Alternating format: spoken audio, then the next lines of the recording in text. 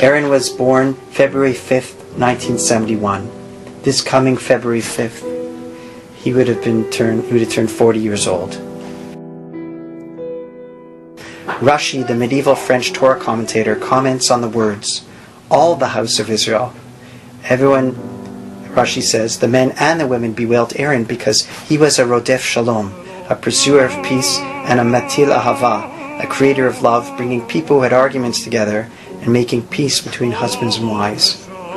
Our Aaron did that for our family.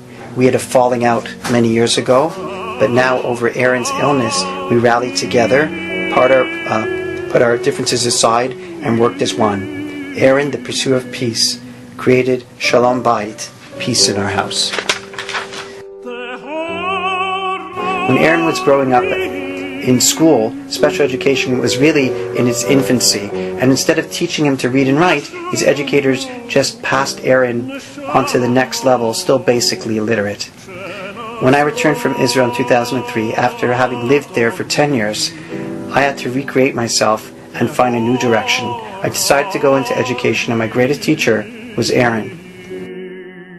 I bought him a notebook, I can show you one such notebook, in which he wrote the spelling of thousands of words. His phonemic awareness and association between words like medical and medicine grew exponentially.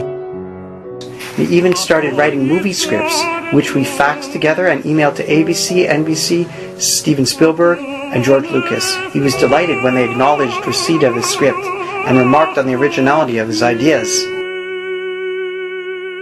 A representative from Mookie Baum organization, an organization for special needs adults, came to our house and asked if Aaron would like to learn how to paint. This started Aaron on a whole new identity. He used to paint for 15 hours a day in one spot. It brought him so much joy and dignity. Finally, he could do something better than others. It enabled him to feel inner pride as an emerging adult. Aaron embraced and clung to life from then on. Aaron had a wicked sense of humor. Here was one of his favorite jokes he shared between us. A man's driving down the highway and sees a sign in an Indian reservation, Chief Sitting Bull, man with world's greatest memory. He sees a line up to talk to the chief, so he figures he'll check it out for himself. When it's his turn to talk to the chief, he asks him, "Okay, what did you have for breakfast 3 months ago?" The chief thinks for a second and says, "Eggs." Big deal. He probably has eggs every day for breakfast. The man drives away, and 40 years later is driving by the same reservation and sees the same chief sitting there. Pulls over and greets him in the traditional Indian manner and says, "How?" To which the chief replies, "Scrambled."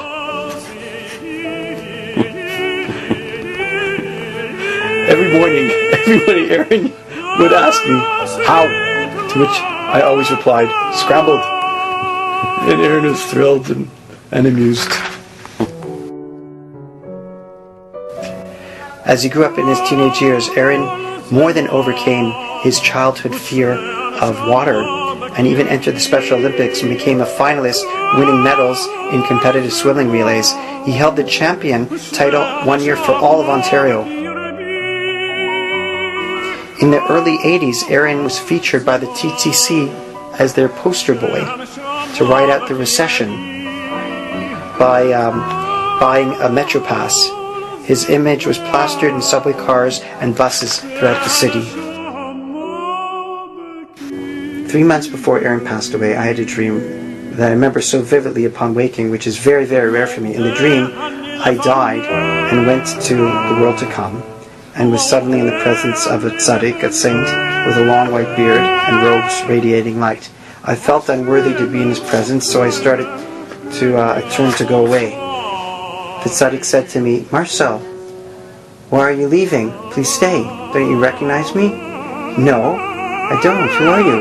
He replied, "I'm your brother, Aaron, and I want to thank you for believing in me. You were right.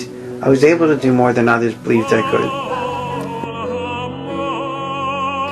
Aaron continued his art education at the Barbara Frum Library. His exquisite use of combining colors was so advanced and individualized that the instructors begged Aaron to teach them, but impishly he refused. he guarded his secrets, Throughout this room, you will glimpse at Aaron's deep inner world as expressed through his bright and often dark and haunting landscapes and portraits. You also realize that Down syndrome features mislead you what that person is really like. Once a friend of my mother's asked who had painted the painting in our kitchen. When she told him Aaron, he couldn't believe it. He offered Aaron $50 for it, to which Aaron quickly replied, $4.50. Aaron, you were a tzaddik, an inspiration for all of us to make the most of our lives. You also taught us to pursue your passions. 15 hours a day is too much for most of us, but at least we should never give up on our dreams. We love you, Aaron, our sweetest brother, son, uncle, friend, and lover of life. Lehitraot, until we meet again in heaven. I'll tell you, my life would be far poorer if I didn't have a Down syndrome brother, and if they had done that test for him and he never existed, I'd be a totally different person, and I would not say better person. He made me a better person. He made my family better people. Mm-hmm. And God had it right. He knew what he was doing when he created people with Down syndrome.